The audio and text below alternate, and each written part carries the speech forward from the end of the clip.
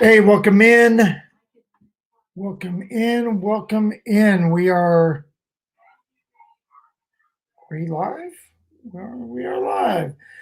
Okay, we're here. And so are you if you're coming over from RV Kids TV. Uh, thanks for coming. We got a show tonight, and we're going to let some folks jump in real quick. Why is it saying there's no zero watching? There we go. No, there's three.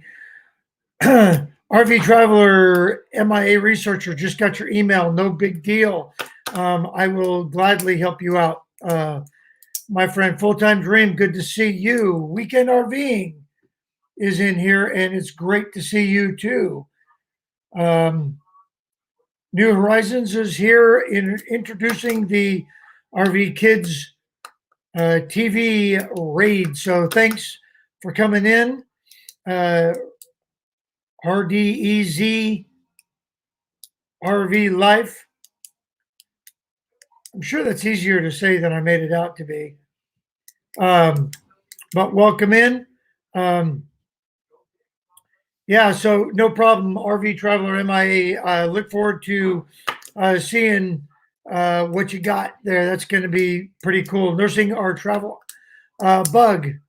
Welcome in. We're going to let a couple of people get in the room, and then we'll get started on our topic for tonight, which is going to be getting ready for camping. And hopefully, Todd Johnston, welcome in. Good to see you. Great to have you here on a Monday evening. Hopefully, or with any luck, your states are starting to open up. I know mine isn't. So we have to go to other states to enjoy our RV lifestyle. And it's times like these that you just got to hang in there. So, yeah, Oregon actually extended its state of emergency all the way through almost July now, which is just fantastic. We're all really excited about that. Even though there's a 40% decrease in all of the COVID. Hey, RV Underway, good to see you, Ricky. Scott Jacobs, in appreciation, good to see you. Linda Barker, K&R Destinations, great to see you guys coming in the room, joining us tonight. Yeah, Oregon State Parks are not going to open probably until the winter now. And they are allowing private parks to open. So we're going to be giving our money to the private parks because we got to get out. And yeah, so like I said, there's been a major downward trend in all of the COVID here in Oregon, yet our governor is choosing to do what she's doing. And beyond that, I don't have an opinion. The hell I don't. Anyway, our epic RV adventure. Good to see you. All right, we're going to jump into our topic for tonight, and RV reviews by the Air Force guy. Great to see you. I'm going to copy the link here. Anybody wants to come in, join the conversation. RV Kids TV. Fantastic to see you. Northwoods RV Life. Good to see you. All right. So tonight we're talking about spring checks, and a lot of us are behind in what we would be doing normally, getting ready for the camping season. If you have a camping season, the camping season in Oregon is typically all year long, but we still go through spring checks. Come here, bud. You want to say hello? Come here. My ratings go up every time you come on. There we go. There's Mr. Levi. He actually just took a long nap out in the trailer. We were out there working on this list of spring checks that we do, and I turned around and he was laying there, sound asleep. So, hey, Lori, how are you? All right. So, some of the things that we do um, when we're getting ready with our doing our spring checks is first of all, I have a spring checklist, and so I always check the tires. Endless RVing. Am I lagging? I don't think I'm lagging.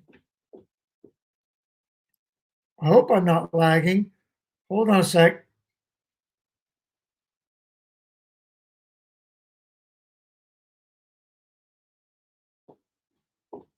Am I lagging? I shouldn't be lagging. The router is right behind that American flag. So, one strange adventure, and our internet's actually been working uh, all week so far. So, since yesterday, um, well, I just switched over to the 5G thing. So, hopefully, we're not lagging. All right. So, let's get back to the topic here. So, number one, we check our tires. Audio and video don't match. Is it still off? Weekend RVing is not getting any lag. He just goes and sits on that now. All right. So, all right.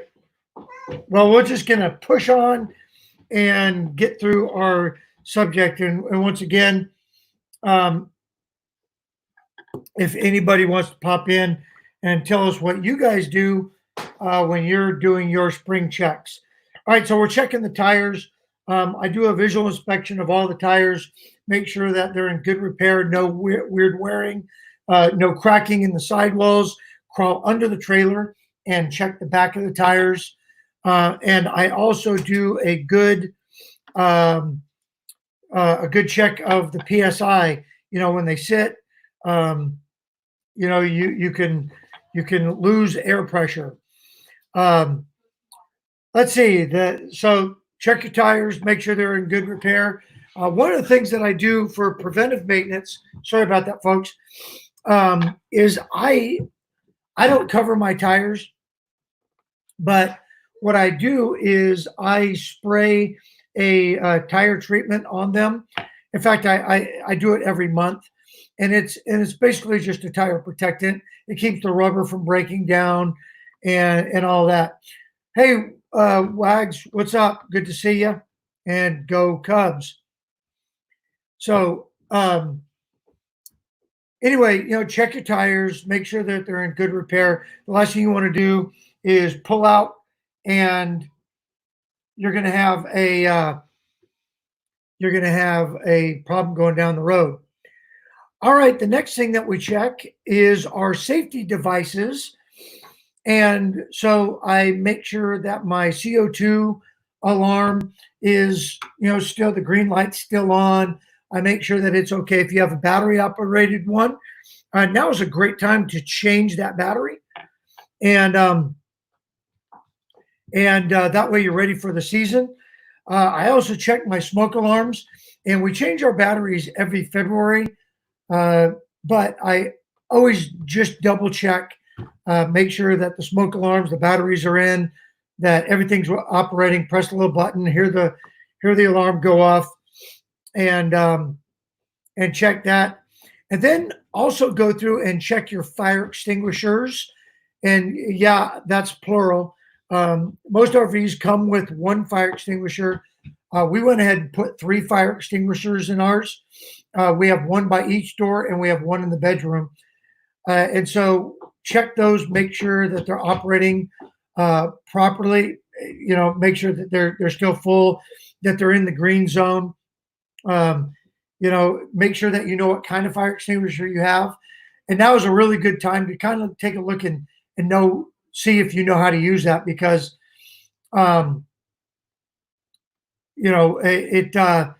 it does you no good if all of a sudden you've got an emergency and you don't know how to use the equipment that you have on board. Hey, Lucky Dog Productions, good to see you.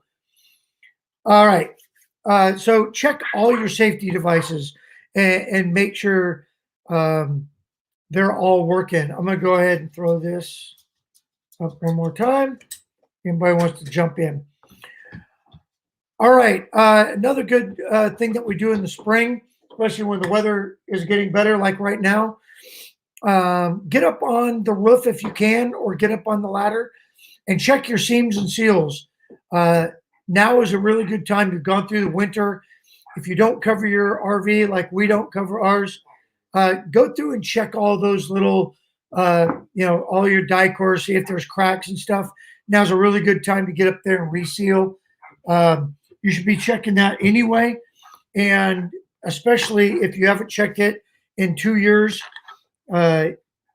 you definitely want to get up there and make sure that your seams and seals are not cracking, peeling, or in otherwise bad shape.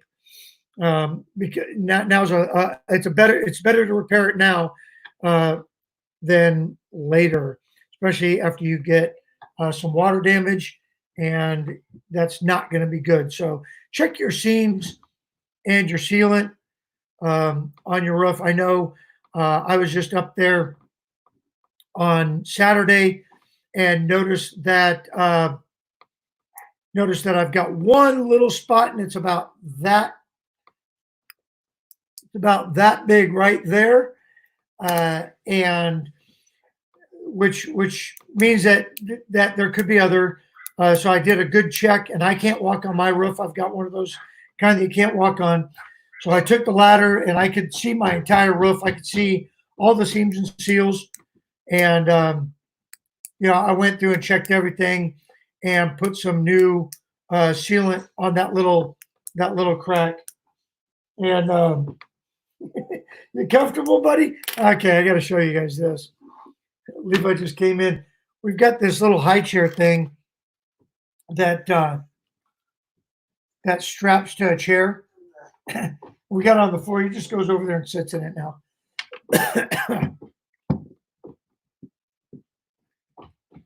All right, let's get situated. All right, there we go. Okay, so seams and seals on the roof. Make sure that you give it a good check. You don't want to run into roof problems. All right, the next thing you want to check is your water system. And the water system requires a little bit of work. And when I'm talking water system, I'm talking about making sure that it's clean, make sure that it's functioning properly, and making sure you don't have any leaks. So I go ahead and hook up to city water. I run my water system, and I look for leaks. If you have a leak in your water lines, you're going to know, and you're going to know pretty quick. So I check under the sink. There's a little panel. It's about this big underneath your shower. Most showers are raised up about that high. Look for a panel. There'll be a panel. There's 2 screws. You pull that out, and you'll see your plumbing underneath your shower unit. And you'll also see if it's dry under there. Pull that little panel, get a flashlight, run your shower, see if you've got any leaks under there. Look under the sink. Underneath our bathroom sink is the access point to our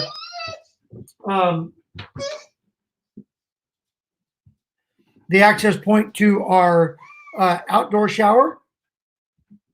Hey, Haley family, good to see you.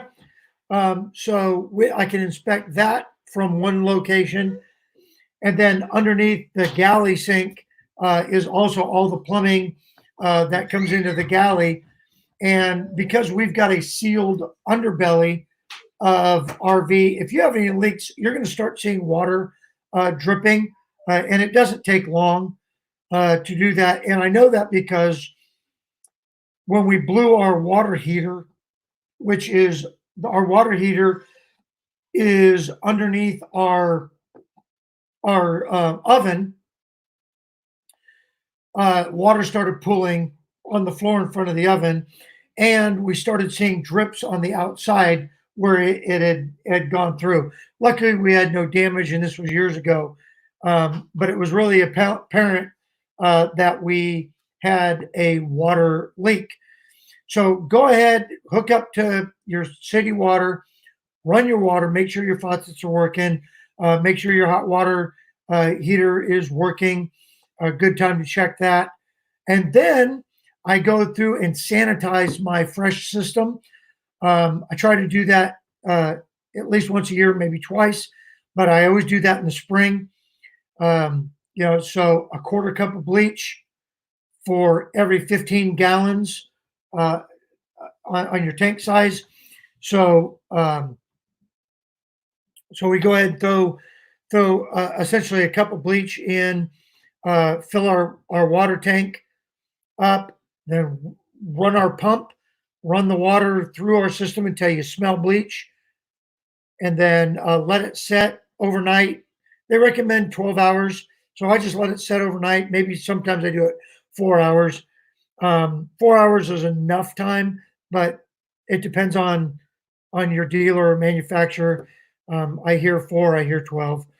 Uh, Sometimes I'll let it just set overnight. Not going to hurt it. And then drain your entire system, your low point uh, plugs, and then plug it back up again. Fill your tank all the way to the top, and then run it again until you don't smell bleach anymore. And then you could flush it if you'd like. But that sanitizes your system, and then you've done two things. You know that your fresh tank is ready if you're going to be boondocking, or you need to use your fresh tank, and you also know that all of your pipes have been sanitized as we do that. All right. Okay. Then check your batteries. Uh, if you've got a 12-volt battery or two 6-volt batteries, check your batteries. Uh, your batteries will drain 10% every month that it's not being used. So if it's just sitting and you're not frequently charging it, or you don't have it plugged in, um, your batteries are going to lose 10% of its battery uh, life as it just sits. So uh, now's a good time to check your batteries, make sure that they're topped off, make sure that they're 100%. Uh, if you've got the batteries that require distilled water, top it off, but check your batteries. Now is a really good time to charge and check, or check and charge your batteries. So that essentially is our spring check. Now we also go through and check all the seals around every window, anywhere that the manufacturer cut a hole in your trailer. So that's, for vents on the roof, your air conditioning on your roof, any of your pipes that come out of the top of the roof, antennas, every window, your outside shower, your water heater, your refrigerator, anywhere that a hole was cut into your trailer, you need to make sure that you check those seals, and just go through with a good sealant. That's and I would check with your manufacturer, check with an RV dealer. Not all sealants are the same. You want a sealant that's going to give, because you know that RV, no matter what kind of RV you have, it's going to shake, rattle, and roll. And so you want that to be able to have a little bit of give and take. Hey, Jarhead and Ginger, welcome in. Just waking up, making some coffee. We're having iced tea because it's around the dinner hour here in Oregon. Amy Farland, I didn't say hello to you, so hello. All right, so that's what we do. We go through and come here, Bob. We go through and do a good spring check. Good time to clean the trailer up. Anything that's settled over the winter. Now is a good time to get that cleaned up and ready for the camping season, which we hope everybody's going to be enjoying here real soon. If you're in the Northwest, Washington, Oregon, you're just going to have to enjoy it at private parks, which is okay. Hey, honey and me, how you doing? But because anything is better than nothing. I don't know if BLM land and federal lands are going to open because they're not Oregon property. I think they fall under different rules. I know that this month we are staying at a Army Corps of Engineer park, and they're open. So I'm assuming that the federal parks, some of them are at least opening. So, I guess it depends on where you are. What? You want up or down? You want what's up?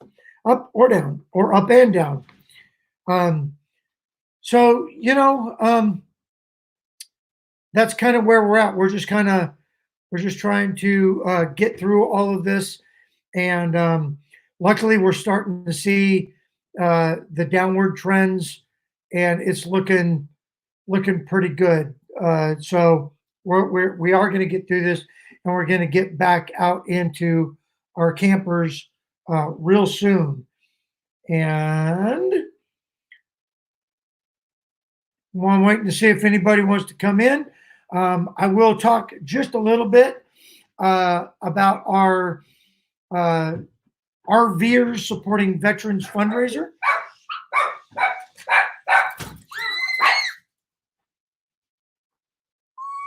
Yeah, somebody's home. So here's the cool stuff. That's coming real soon. There are 21 veterans that are RVers that got on board with us and decided to make a initial commitment to this project. And they are just outstanding people. There's a bunch of them in the room here tonight, but they're just fantastic folks. And we got the word out to them to go ahead and to jump on and get on the initial order. And I don't want to talk about what that means because that's going to be something really cool happening somewhere around the end of this month. Look for that coming. My partners in this, Michael and Shelly from Our Epic RV Adventure, and Dustin and Leslie from Wayward Wags, we're putting together a really, really, really cool live event, and you all are cordially invited. Look for the invitations. They'll be coming pretty soon, and we're gonna do that. If you haven't heard, all of the proceeds, 100% of the proceeds, are going to an organization called Patriot Rovers, and Patriot Rovers is an organization that the mail just came to.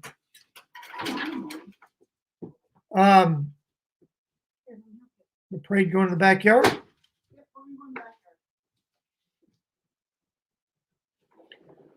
They are an organization that supplies service animals to disabled veterans, and handwritten invitations. Absolutely, we're going to send, like, I think we're expecting 1 million people, and so if everybody could just make a $1 contribution, if 1 million people just made it, we'll be providing lots of dogs.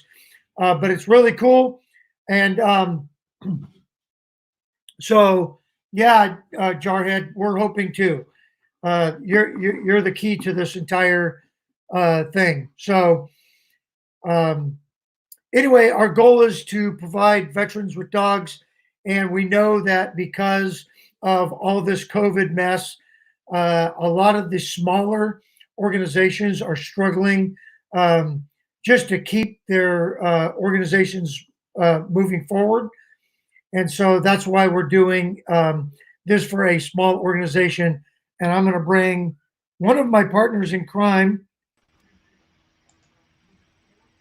right there in, and get this banner off the screen.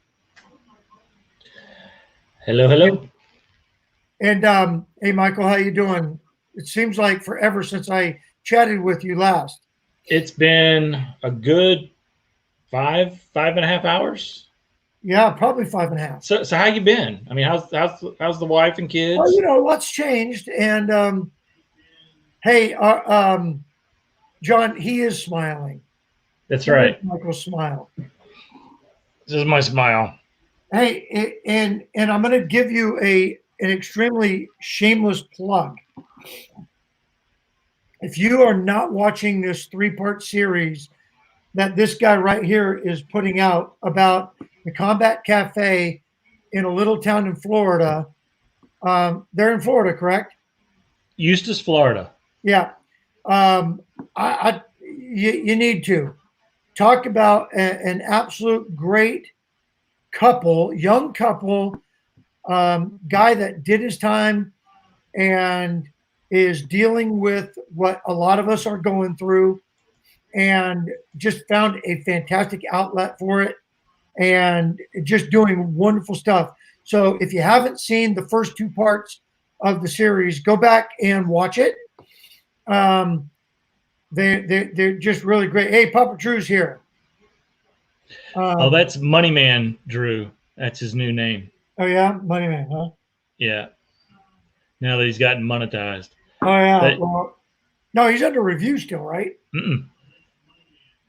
Dang. I'll spill the beans. I'll spill the beans because he called me right when you went live. He is monetized. Monetized. Well, but it's kind of a weird monetization because he asked me to watch one of his videos to see if an ad popped up. So I got an ad for hemp hand sanitizer. And then I got an ad for a manscaping electric razor. But that's not surprising because he's from California. And Dustin Wayward Wags, according to Drew, also watched it, and he said he got a ad for Dick's Sporting Goods. I don't know. Well, you know. But he is from California. It's exactly what I said. So. Yeah. So anyway, yeah. So this project is fully underway. In fact, the product that everybody will be receiving for making a contribution is in production right now, even as we speak. The Oompa Loompas are working on it, and we'll see. It's just going to be so cool, and I can't tell you how from the good idea to where we are as of today. Sorry, I'm reading Wag's comments. I saw it. Let's just talk. Ignore the comments here. I'm covering them up. What I want to know is what ads, and this is just for you, Dustin. If I parked my RV in a little town in Missouri called Uranus, what ads would pop up? A hemorrhoid medication, perhaps? I am so far away from that. I don't. Yeah. I will say, you're talking about the Combat Cafe interviews we were doing. We got some news today, and there's 3 parts. Just stop reading them. Yeah. Oh. So what are we talking about? They do have they have a fudge factory in Uranus. Yeah, they did. Yeah, and you don't want to be the supervisor of the fudge packer. So, well, I'll tell you. Last night we watched after talking with Wayward Wags and Papa Drew, and not last night, the other night, or was it Saturday night? Yeah, Saturday night. I was talking after that live stream. We stayed on and talked for a little while. That Drew did, and then we went and watched. Shelly and I went and watched some of the Brazen Brits videos. We had to catch up on them. And the one we watched was where Lawrence talked about how much he loves fudge. And yeah, I'm wow. Yeah. The stream had gone south. Hey, Yeah. I didn't start it. All right. I didn't start it.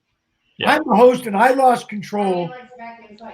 So anyway, ignoring the chat, I got my hand over here. Let's get back to it. So Combat Cafe, we did the interview. Last part 3 is coming up this coming Sunday night, and that's the final part. But we got news today looking at their Facebook page, and the link to their Facebook page is in the description of all the videos for our interview series. They're open for business with indoor seating right now. So Florida is open and back up. Now they can only have 25% capacity indoors, but that's a step in the right direction.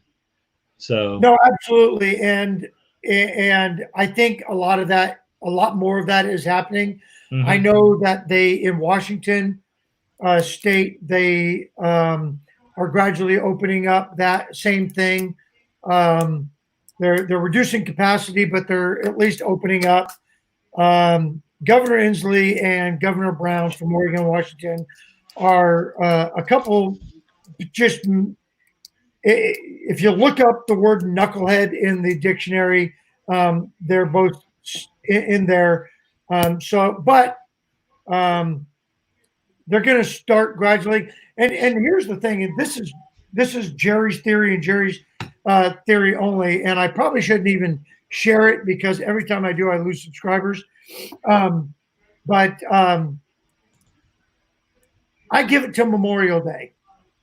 And I'm going to tell you why I give it to Memorial Day. When all of this started in earnest back in February, when all the coastal towns in Oregon essentially petitioned the governor to shut down the beaches because too many people from the valley of Oregon were heading to the beach because it was spring break. Who'd have thought? And there was no orders in place at that time. There was nothing from the Fed. There was nothing at the state level.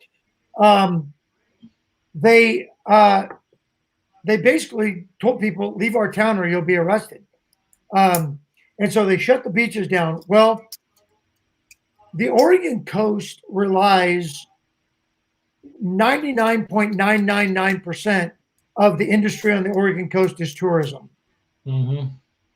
With very, very few exceptions. There's fishing, and there is Tillamook has a cheese factory, or a couple of cheese factories. So, there's some farming, but like I said, 99% they rely on tourism. And so I'm trying to read Casey Carr because he's down there in Southern Oregon. Yeah, I'm with you, man. I'm with you. And you can read Casey's comment. I think there's a lot more people thinking the way you do right now in Oregon. So anyway, Memorial Day is really the big kickoff for summer. And these Oregon towns have all but dried up over the last 5 months or 4 months. And there's a town 2 hours west of us called Seaside. And, it's got the boardwalk and it's all arcades and hotels. And that town is 100% tourism. And they've made $0 for the last 4 months because the governor turned off all rental houses at the beach, all hotels, all the restaurants, all the arcades. Everything's been closed. So come Memorial Day, watch what happens when the mayors of those coastal towns say, we just lost millions of dollars, and that's what it's going to come down to, especially since the medical side of all of this is doing this right now. Mhm. So there we are. In fact, Oregon had 94 patients total. They reported this morning 94 patients are being seen statewide for COVID related illnesses. Now, that doesn't mean they got COVID. It means they've got some symptoms, but only 94 cases in the entire state right now. And we haven't had a fatality due to COVID in a couple of days. So, we're on that downward trend. I like what you said earlier about North Carolina, where they put up their phasing, and then each one of the phases had a benchmark that they had to achieve. Well, they've already achieved every one of those benchmarks, Mhm. and yet they're still going to phase it in. So I don't know. I might not have the most popular opinion, but to me, it comes down to a couple things. Do I want people to die? No, I don't. Is it a gruesome death? I'm sure it is. I've seen people die of worse. But I really don't know that 1% of the population could kill our Constitution. And that's all I'm going to say about that. Well, let me ask you this. Go for it. Or not ask you this. Let me tell the peoples. The peoples. Can I speak to the peoples for a minute? Preach it, brother. So, going back to the fundraiser that Jerry was talking about right before I came on, if you don't want a T-shirt, this is the cool thing about this particular fundraiser. You don't have to buy a T-shirt to show your support.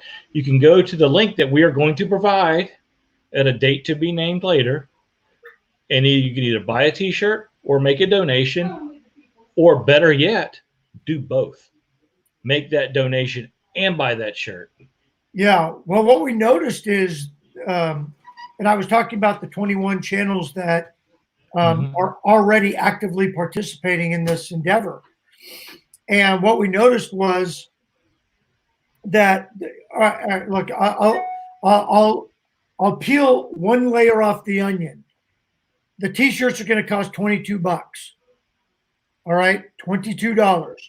Now, there's other products that you can get to at high rates, but the T-shirts are $22. And what a lot of people are doing is they're rounding it up. Mm-hmm. So rather than 22, they're paying 22 for their T-shirt and then doing a $3 donation, or they're buying 2 T-shirts, one for them, one for their spouse or their best friend or whatever, and so your bill comes out to $44. They're rounding it to 50, or whatever. That's a good move too. You can round up. You can, like I said, you can do both. Somebody ordered 5 T-shirts too already, or 5 or 6 T-shirts, one person. Yeah. Well, I recommend that too. Buy early, buy often. Just like Chicago voting, do it early, do it often. That's right. And yeah, do and feel free to order whatever you want. We're gonna have, and again, they're great stocking stuffers. Yeah, they're good. They're great gifts. I mean, they're multi-purpose. It's more than just a T-shirt. It really is. Here's a hint.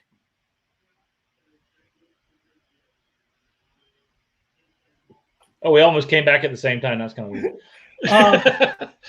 So, I mean, you can't have enough T-shirts with that on it. So, yeah, I'm waiting for the next round when we announce it, and then I'm going to buy some more stuff because it really did come out great. We needed to have a minimum to get things started, and we achieved that in, I think Dustin said 5 hours. I think it was. Yeah, the minimum to do production happened pretty fast, and actually having all 21 channels came pretty fast. Oh, you just saw Drew's comment too, huh? Drew's the comedian. I mean, excuse me, comedian of the group here. Yeah.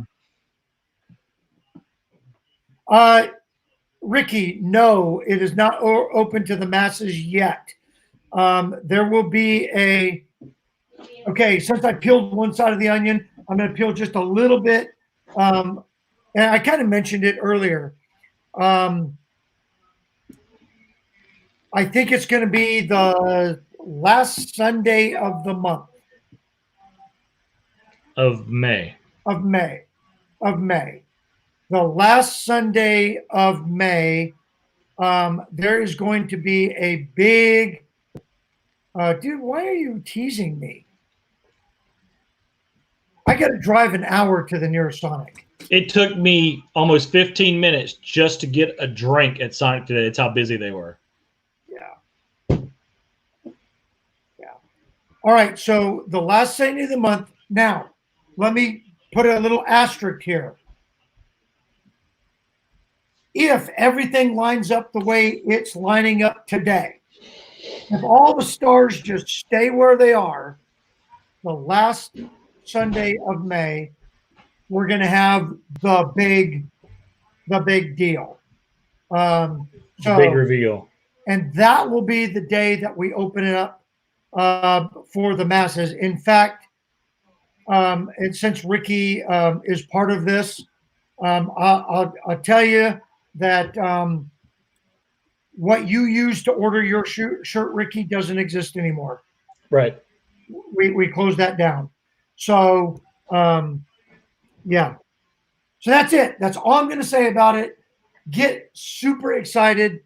And I'll tell you, it's not about T-shirts. It's not about T-shirts. It's about helping these veterans out that absolutely positively have no other avenue. And here's the deal.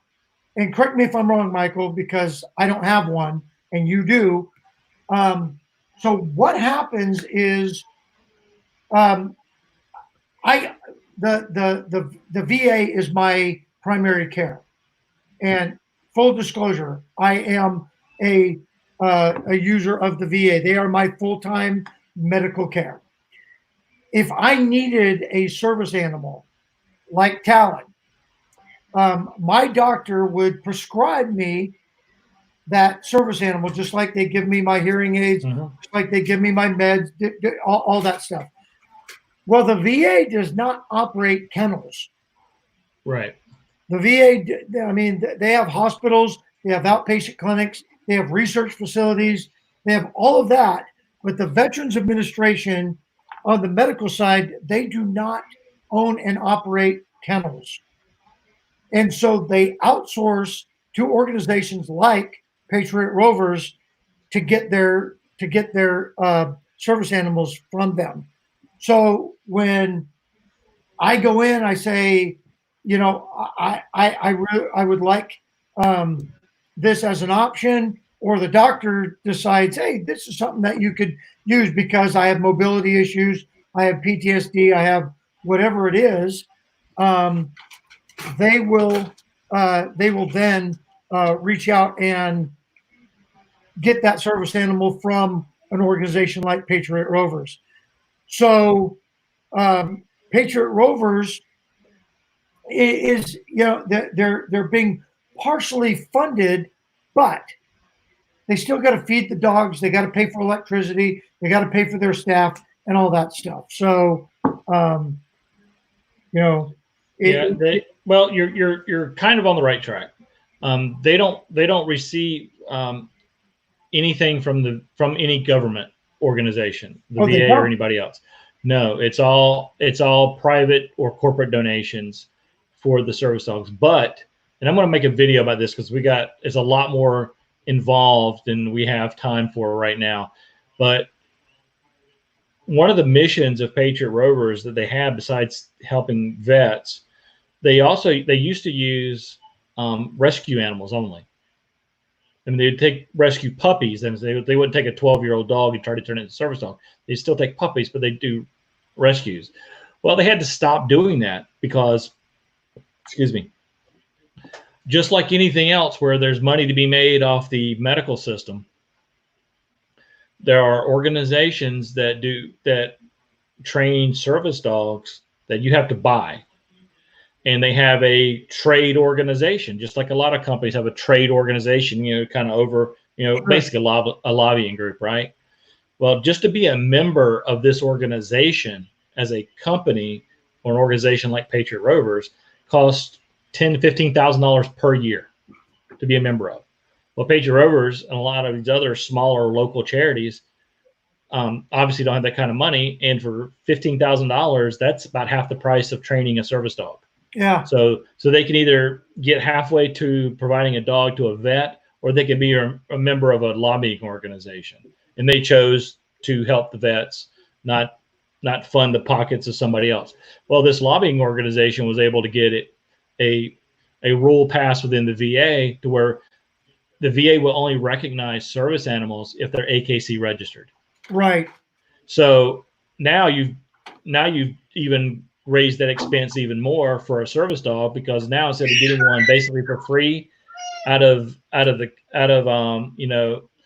shelter, you've got to go buy one from a breeder, or worse, a puppy mill, because that's what they wanted to do, because they could. And that's why when some people look at for a service dog, not just for veterans, for anybody who needs a service dog, the cost can be $50,000, $60,000, $70,000 to get a dog. Yeah. Because of the training involved, the cost of the dog, and all that other stuff. Well, Patriot Rovers, and there's a few other small organizations that do service animals for vets. They do it on a shoestring budget. They still do it right, and they're still but their focus is on providing the bang for the buck. Yeah. They don't have the 80% operating costs that a lot of charities have, that you and I have talked about, Jerry. Right. But that's the problem with all this. And like I said, I'm going to do a video about this because it's pretty long, and probably a multi-part video, because it's a pretty involved process. And we're definitely going to be, and we talked about this today, we're definitely putting together some videos of, because I know right now there's some dogs in training at Patriot Rovers. They've got some pups going through training right now. So I'm hoping to be able to get out there and get some filming of the pups in training, show what they do. If you go to their Facebook page, just look up Patriot Rovers on Facebook. Or if you go to their website, which I know I just saw a link for in here a minute ago in the chat. I think their website also points to their Facebook page. They post. They have actually a couple of Facebook groups, but the biggest one you want to look at is Patriot Rovers in Training. Patriot Rovers in Training is where they post pics of the dogs that are going through training right now, and they'll post videos too, so you can see all they do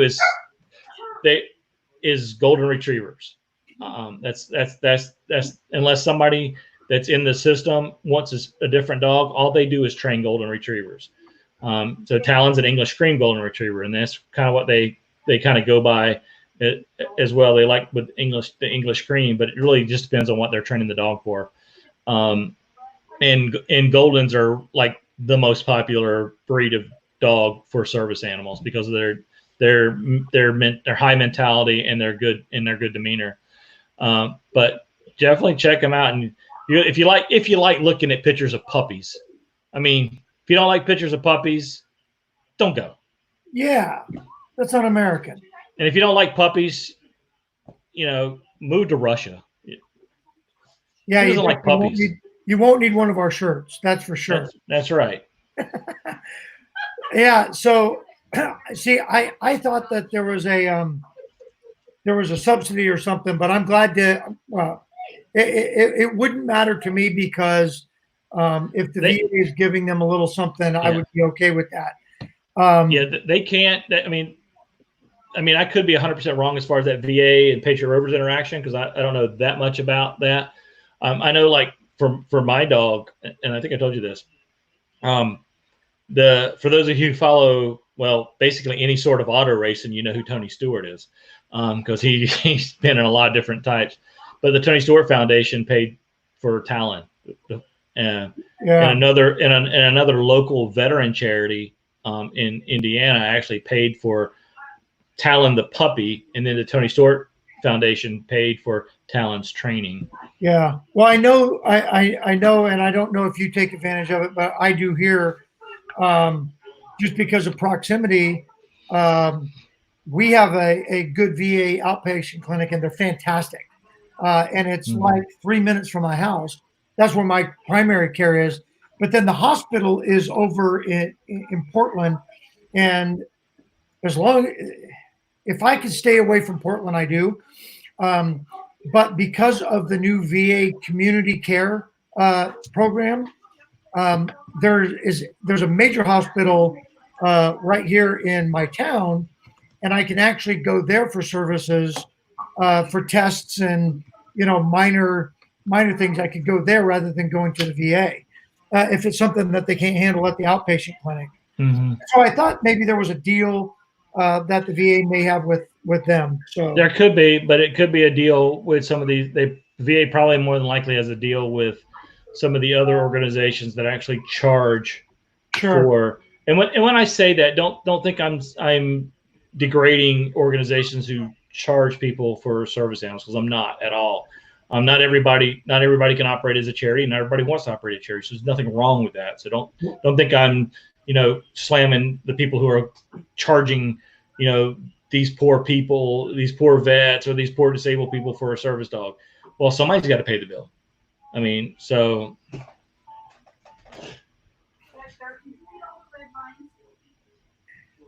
There was one left.